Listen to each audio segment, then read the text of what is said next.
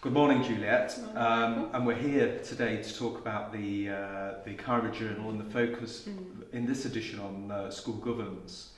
Now, I know as well as working for Kyra and being involved as a leader of the research school, you're also a school governor in Lincolnshire. And we're here today to talk a little bit about your experience of becoming a governor and some of your reflections on improving governance. So I want to begin by asking this. What motivated you, as someone that already worked in education, to become a school governor? So, as you've already said, because I work in education, I felt that I had something to offer. I had time that I could give because my children are adults, so I wasn't limited by time in the evening as such. But I also felt I'd got quite a lot to contribute, not only in knowledge about the education landscape and policy, but also in terms of the skills and knowledge that I had in terms of my work experience. So I felt I could contribute something, so why not? Great. And you've been a manager, senior manager in the public sector. You've got a strong understanding about school leadership and governance issues. So I'm really keen to know what you found to be the most challenging thing when you became a governor, the most challenging aspect of the role and making the transition to the role, and where you see others facing challenges as well as they become governors. Yeah. So I suppose the first challenge is finding your place within the governing body, and I think I was fortunate that at the time that I started, another governor started at the same meeting, so I didn't feel quite so exposed, so that was good. But I think because I was coming with quite a lot of educational knowledge and background, I didn't want to feel that everyone thought I was an expert, because I'm not, but I just had a little bit more background than others, information than others had. So it's so challenging also because I'm a governor in a community where I don't live, so it's about half an hour from where I live in Lincolnshire. But that was quite deliberate on the part of the head teacher and the chair of governor, because they wanted somebody from outside of the community to come in just to give a little bit of extra objectivity and challenge. But for me personally, being a governor where I don't live, I had to reconcile what would people be thinking as to, why is this person coming to our community to be a governor in our school? So yes. I've got over that because I've been a governor for 3 years now, so I think it was a problem for me than others. So you mentioned that you have been a governor for 3 or 4 years now. And as I mentioned before, you bring experience in terms of school leadership development and your work with Kyra. Taking all that into account, what would you describe as being the really key characteristics of an effective and strong governing body that makes a difference to a school? Okay, so first of all, one characteristic is that you work in a collaborative and sort of collegial manner. You're a team that's working together with the senior leadership team within the school to make sure that the school delivers what it needs to for the young people. One of the things you need to consider, and it can be challenging, is the need to ask difficult questions of the senior leadership. Whilst you're trying to be supportive to them, you're also asking, but where's the evidence? And actually my colleagues on the governing body are now starting to find it amusing that I will always ask where's the evidence for that. But that goes to being involved in research, I suppose. So collaboration is the key thing. Effective challenge is another key thing. But also I think effective governance can come through having the right set of skills and knowledge within the governing body. So you don't need everybody to have the same set of skills, but you do need to have sort of complementary skills and make sure that you cover all the bases. Yeah. Now, one of the main roles of the governing body, and there are 3 main roles, is to set the vision for the school. Sometimes a little bit of misunderstanding about that it's the head teacher, or in a trust it's the executive head teacher or the CEO that sets the vision. But really you are, as governors, the keepers of the vision. Yeah. Can you describe a little bit about how you've gone about setting the vision for the school and how that's fed into the way the school operates, how it's led, and what you see as being good performance?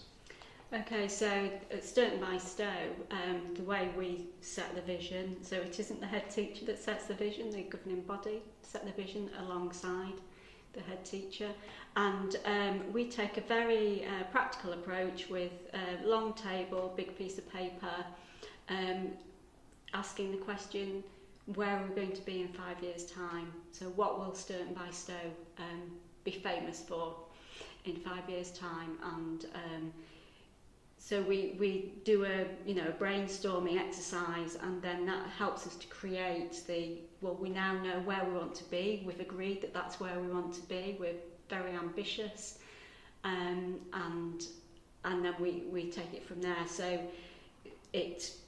we debated long and hard. Did we want on the website a very lengthy statement about what the vision was, or did we want to be very succinct and very clear so that everybody can understand what Sturton by Stow Primary School stands for and what we want for our children?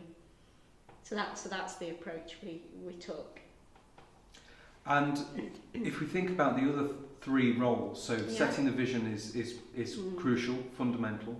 The other roles, so you've got the accountability that you've touched upon and holding the executive to account, the head teacher and the SLT, the financial viability of the school and compliance, and also self-improvement of the governing body. Can I ask, just going a little bit back to the accountability, some people describe the relationship between the governing body and the head teacher as friendly but not friends. I'm really interested to know how you keep that balance to make sure that accountability is as strong as it can be, whilst also ensuring good relationships. Yeah, so it is important that you can get on in a very respectful and friendly way with the head teacher and the leadership team. But actually I always keep at the back of my mind that we've got a job to do as a governing body, and if we don't ask those hard questions of the head teacher and the school business manager, then we're failing in our duties and responsibility, and actually we're probably failing the children, and we're only there because of the children. So I think we just need sort of gentle reminders every now and then that we're here not as friends, but yes, friendly. And tell me a little bit about self-improvement of the governing body. So you've talked about having the right skills around the table, and you've talked about what some of those skills and experiences are that you need. As a governing body, in the 3 or 4 years that you've been involved, how have you driven your own improvement? What's that involved, and what's it look like? So on an annual basis, so in the September meeting, we always do a skills audit for the whole governing body. This year we've done that, and we use the NGA questions and spreadsheet, which is based on the competency framework, the DFE's competency framework. And we do our own self-reflection and rank ourselves.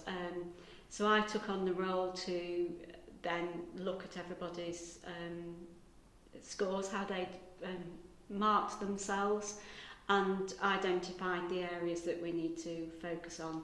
I think it's fair to say, and I'm really pleased to say, that there were no glaring gaps in the essential competencies within the governing body. However, I recognise that in some cases there's only maybe one person who was describing themselves as 3 or 4 in terms of competency levels. So that's identified that we can't have that as a risk, that if that one person couldn't function as a governor for whatever reason, that we were then vulnerable. So that then informs our training plan, really. We are challenged though, and I think it is an issue that I've found in other schools within Lincolnshire, that very often, because of the financial restrictions at the moment or lack of finances, that there's no budget for governor training, and that poses a real problem.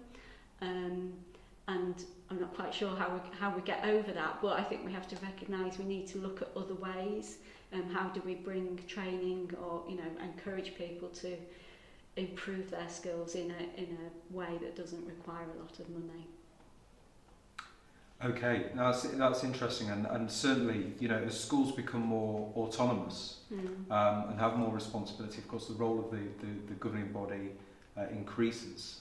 And I'm really interested to know about recruitment, actually, and your ability as a governing body to not only identify the skills and the skills and expertise you need, but also your ability then to recruit. There are hundreds of schools in Lincolnshire, many thousands of schools across the country.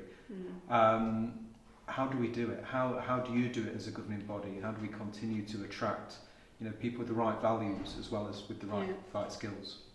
So, I mean, we are fortunate at Sturton by Stow that we don't have any vacancies, but we did have a vacancy a few months ago, and we were very proactive.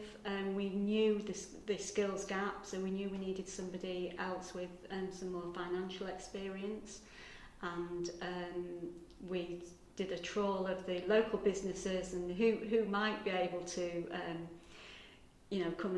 come and join us on the governing body. And fortunately, one of our other governors said that the place where he worked, there was actually somebody with financial experience who might be interested if he could be persuaded, and I'm pleased to say that he was persuaded and he's joined the governing body. But I think we recognise that it is quite challenging being in a rural school. We're not the only ones in Lincolnshire that has problems, or could have problems filling governor gaps, but we've been proactive. But I know Kyra has already done some work to sort of start to build a database of governor volunteers. So I think proaction is needed. Okay, so we've talked a lot, Juliet, about the importance of governance and the skills required. We've also talked a lot about the challenges that they face in terms of ensuring that governing bodies can recruit and ensuring that they operate really well in terms of the vision they set and the accountabilities as well. I understand that in Lincolnshire now there is, as in other parts of the country, a big onus on governing bodies and chairs of governing bodies supporting other governing bodies to improve. And in a county such as Lincolnshire, with so many schools and with so many governing bodies, that feels like a really important shift. So I was wondering if you could tell me a little bit more about the roles involved in that and what they're intended to achieve.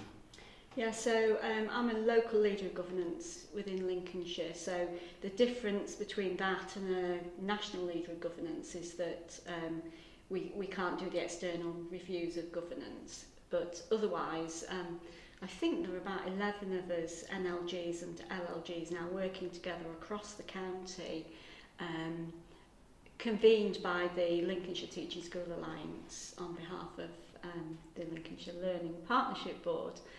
So our role is to sort of come together. We meet on a regular basis and we look at the training needs across the county. Some of us are consultants now for the National Governance Association, which means that we can deliver training on their behalf.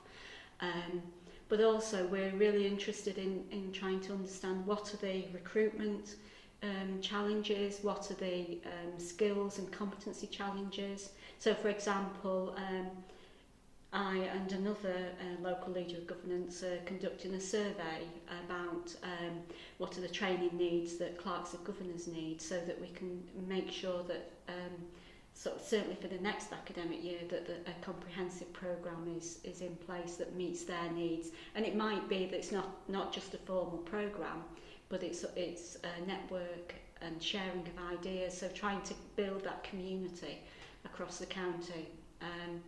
And I think that's actually the answer for particularly places like Lincolnshire, where you've got people who could feel very isolated in a small rural community. So I think it's really positive. Okay, so it sounds like there's a real culture of governors and governing bodies working together across Lincolnshire to develop the right training, to respond to need, and to build that capacity, which is really encouraging for such a crucial role. More so where there's a lot of, or there is emerging school-to-school support, so governing body to governing body support for governing bodies that are in perhaps challenging circumstances or need more intensive support. Could you tell me a little bit about that? Yeah, so that's mainly the National Leader of Governance role, the chair to chair, although local leaders of governance are starting to shadow NLGs and will take more of that work on in the future. But definitely it seems to be the way forward for the school-to-school support. So, you know, how can you share expertise? How can you get that friendly challenge to be able to improve the governing body? So, yeah, I think it's very positive at the moment. Great. Thanks for your time, Juliet, Thank and you, look forward to reading more about your work in the journal. Thank you.